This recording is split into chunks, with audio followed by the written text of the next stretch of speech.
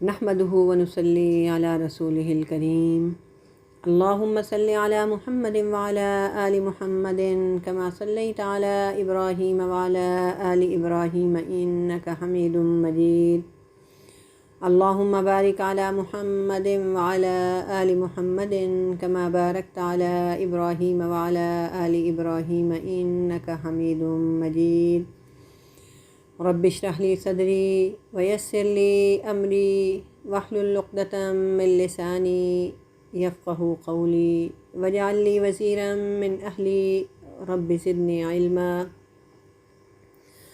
عن ثوبان قال قال رسول الله صلى الله عليه وسلم أيما امرأة سألت زوجها طلاقا في غير ما بأس فحرام عليها رائحة الجنة سنن ابی داؤد۔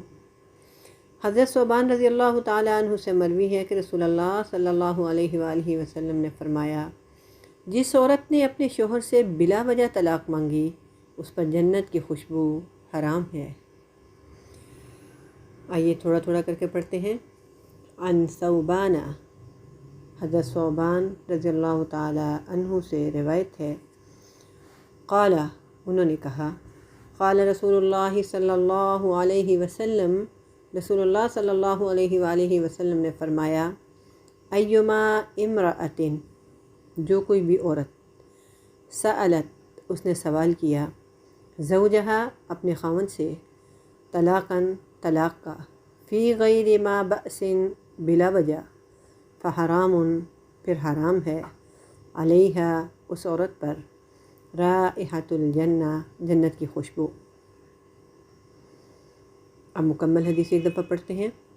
عن ثوبان قال قال رسول اللہ صلی اللہ علیہ وسلم ایما امرأۃ سألت زوجها طلاقا فی غیر ما بأس فحرام علیہا رائحۃ الجنہ۔ حضرت ثوبان رضی اللہ تعالی عنہ سے مروی ہے کہ رسول اللہ صلی اللہ علیہ وآلہ وسلم نے فرمایا، جس عورت نے اپنے خاوند سے بلا وجہ طلاق مانگی اس پر جنت کی خوشبو حرام ہے۔ ابو داؤد میں ایک روایت ہے، شدید غصے کی حالت میں طلاق نہیں ہوتی، اور یہ غصہ یہ نہیں جو ہم کہہ دیتے ہیں غصہ آ گیا، بلکہ وہ غصہ ہے جو جنون کی کیفیت والا ہوتا ہے، جس میں انسان پاگل پن کی کیفیت میں چلا جاتا ہے۔ لا طلاق الا بعد نکاح، آپ صلی اللہ علیہ وآلہ وسلم کا فرمان ہے کہ طلاق صرف نکاح کے بعد ہی ہوتی ہے۔ یعنی اگر کوئی شخص یہ کہے کہ میں نکاح کروں گا تو اس عورت کو طلاق، تو اس سے طلاق نہیں ہوتی، طلاق کے لیے پہلے نکاح کا ہونا ضروری ہے۔ ابن ماجہ میں روایت ہے، الطلاق لمن اخذ بالساق، طلاق کا اختیار صرف اسی کو ہے جس نے پنڈلی کو تھام رکھا ہے، یعنی شوہر۔ طلاق کا اختیار صرف مرد کو ہے، عورت کا حق طلاق کا نہیں۔ اگر عورت مرد سے علیحدہ ہونا چاہے تو وہ جو مطالبہ کرے گی اسے خلا کہا جاتا ہے۔ اکٹھی 3 طلاقیں دینے سے منع کیا گیا۔ حضرت محمود بن لبید سے روایت ہے کہ نبی کریم صلی اللہ علیہ وآلہ وسلم کو خبر دی گئی کہ ایک شخص نے اپنی بیوی کو اکٹھے 3 طلاقیں دے دی ہیں۔ آپ غضبناک ہو کر کھڑے ہو گئے اور فرمایا، کیا اللہ کی کتاب سے کھیلا جا رہا ہے؟ حالانکہ میں بھی تمہارے درمیان موجود ہوں۔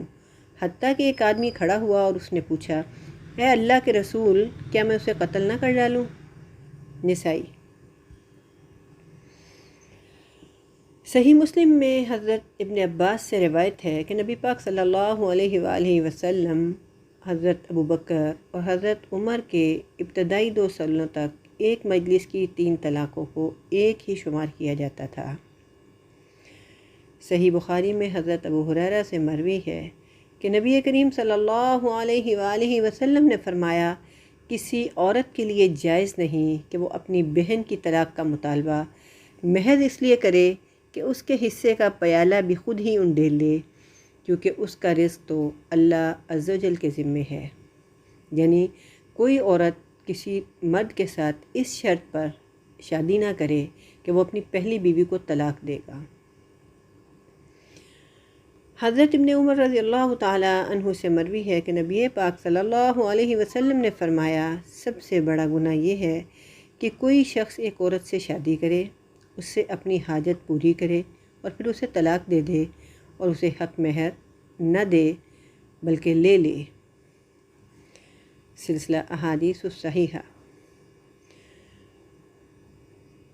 دارقطنی میں حضرت ابو ہریرہ سے روایت ہے کہ نبی کریم صلی اللہ علیہ وآلہ وسلم نے اپنی بیوی کو خرچہ نہ دینے والے شخص کے بارے میں فرمایا، ان دونوں کو الگ کر دیا جائے، یعنی جب مردان نفقہ نہ دے تو اس سے طلاق لی جا سکتی ہے۔ عن ابی ہریرہ رضی اللہ تعالی عنہ قال قال رسول اللہ صلی اللہ علیہ وسلم ثلاث جدہن جد وہزلہن جد النکاح والطلاق والرجعۃ۔ تین باتیں ایسی ہیں کہ اگر وہ سنجیدگی میں کہی جائیں یا ہنسی مذاق میں وہ واقع ہو جاتی ہیں، یعنی نکاح، طلاق اور رجوع۔ ترمذی۔ حضرت ابو ہریرہ رضی اللہ تعالی عنہ سے مروی ہے کہ رسول اللہ صلی اللہ علیہ وآلہ وسلم نے فرمایا، وہ شخص ہم میں سے نہیں جو کسی عورت کو اس کے شوہر کے خلاف بھڑکائے یا غلام کو اس کے مالک کے خلاف بہکائے۔ ابو داؤد۔ اب غور کرنے کی بات یہ ہے کہ ہماری مائیں بہنیں کچھ مدت گزرنے کے بعد اپنے بیٹے یا بھائی کو اس کی بیوی کے خلاف بھڑکاتی ہیں اور بس اوقات تو طلاق دلوا کر ہی چھوڑ دیتی ہیں۔ تو اس وعید پر وہ غور کریں کہ اللہ کے نبی نے فرمایا وہ ہم میں سے ہی نہیں۔ حضرت عبداللہ بن عمر رضی اللہ تعالیٰ عنہ نے فرمایا، سنت طلاق یہ ہے کہ شوہر اپنی بیوی کو ہر طہر میں ایک طلاق دے، جب عورت تیسری مرتبہ طہر حاصل کرے تو پھر اسے طلاق دے، اس کے بعد جو حیض آئے گا اس پر عدت ختم ہو جائے گی۔ ابن ماجہ۔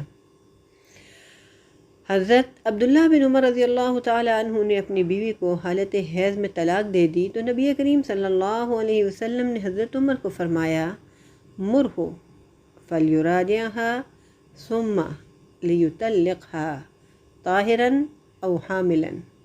اسے حکم دو کہ وہ رجوع کرے، پھر اپنی بیوی کو حالت طہر میں یا حمل کی حالت میں طلاق دے دے۔ صحیح مسلم۔ ایک صحابی رکانہ رضی اللہ تعالیٰ عنہ بن عبد یزید نے ایک ہی مجلس میں اپنی بیوی کو 3 طلاقیں دے دیں، پھر وہ شدید غمگین ہوئے، نبی کریم صلی اللہ علیہ وسلم سے دریافت کیا تو آپ صلی اللہ علیہ وآلہ وسلم نے پوچھا، کیا ایک ہی مجلس میں 3 طلاقیں دی تھیں؟ انہوں نے کہا جی ہاں۔ تو آپ صلی اللہ علیہ وآلہ وسلم نے فرمایا، یہ تو ایک ہی ہوئی، اگر تم چاہو تو رجوع کر سکتے ہو۔ پھر رکانہ نے رجوع کر لیا۔ ابو داؤد۔ حضرت ابن عباس کے قول کے مطابق اللہ کے رسول کے دور میں، حضرت ابو بکر کے دور میں اور حضرت عمر کے ابتدائی دور میں 3 طلاقوں کو ایک ہی طلاق شمار کیا جاتا تھا۔ صحیح مسلم۔ تیسری طلاق کے بعد مرد و عورت کے درمیان کوئی معاملہ باقی نہیں رہ جاتا، لہذا مرد عورت کے نان نفقہ کا ذمہ دار نہیں۔ فاطمہ بنت قیس رضی اللہ تعالی عنہا سے مروی ہے کہ جب ان کے شوہر نے ان کو 3 طلاقیں دے دیں تو پھر نبی پاک صلی اللہ علیہ وآلہ وسلم نے فاطمہ کے لیے نہ تو خرچہ دلایا اور نہ ہی رہائش دلائی۔ ابن ماجہ۔ یاد رکھیے، سخت مجبوری کے بغیر طلاق دینا ممنوع ہے۔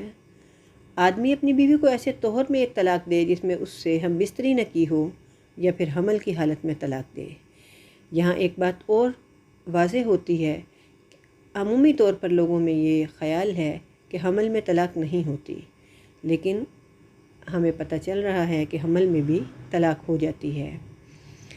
طلاق دینے کا غلط طریقہ یہ ہے کہ اپنی بیوی کو ماہواری یا نفاس کی حالت میں انسان طلاق دے، یا پھر اس طہر میں طلاق دے جس میں اس سے ہم بستری کر چکا ہو، یا اسے بیک وقت 3 طلاقیں دے دے۔ اگر کوئی مرد صرف طلاق دینے کی نیت کرتا ہے تو اس سے طلاق واقع نہیں ہو جاتی۔ طلاق تو الفاظ کے ساتھ یا لکھ کر دینے سے واقع ہوتی ہے، اور طلاق کے لیے بیوی کی موجودگی یا اسے علم ہونا بھی شرط نہیں ہے۔ زبردستی دی گئی طلاق واقع نہیں ہوتی۔ جس طرح بسا اوقات ہمارے ہاں مائیں بہنیں اپنے بھائی بیٹے کو مجبور کرتی ہیں کہ اپنی بیوی کو طلاق دو ورنہ ہمارے ساتھ تمہارا کوئی تعلق نہیں۔ اب اگر طلاق دلانے کے اسباب شرعی ہیں، یعنی عورت دین پر پورا عمل نہیں کرتی، بے نماز ہے، مرد کو بھی بے دینی کی طرف لے جاتی ہے اور شرک وغیرہ میں مبتلا کرتی ہے، تو پھر تو اسے طلاق دینا صحیح ہوگا۔ لیکن اگر ماں بہن کا طلاق دینے کا مطالبہ صرف اپنے گھریلو لڑائی جھگڑے کی بنیاد پر ہے تو پھر لڑکے کو اپنا گھر خراب نہیں کرنا چاہیے، ان کا مطالبہ تسلیم نہیں کرنا چاہیے، حکمت سے ماں اور بہن کو سمجھا دینا چاہیے۔ اگر بسا اوقات ایسی کوئی صورت پیش آ جاتی ہے جس میں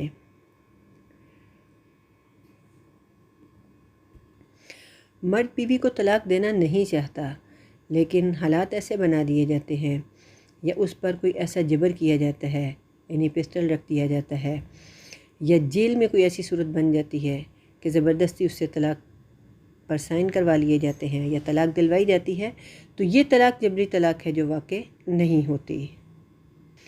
نکاح، طلاق اور رجوع یہ تین ایسے الفاظ ہیں کہ انہیں بولتے وقت انسان کو بہت محتاط رہنا چاہیے، اس لیے کہ اگر یہ الفاظ مذاق میں بھی ادا کر دیے جائیں تو ہو جاتے ہیں۔ یعنی کوئی شخص اپنے سامنے موجود عورت کو کہہ دے کہ میں نے تجھ سے نکاح کیا، اب اگر وہاں گواہان کوئی موجود ہوں جو اس میں اپنی گواہی کو پیش کریں تو نکاح ہو جاتا ہے، یا اپنی بیوی کو مذاق میں کہہ دے کہ میں نے تجھے طلاق دی، یا طلاق یافتہ عورت کو کہہ دیا کہ میں نے تجھ سے رجوع کیا، تو یہ مذاق والے الفاظ حقیقت پر ہی محمول ہوں گے۔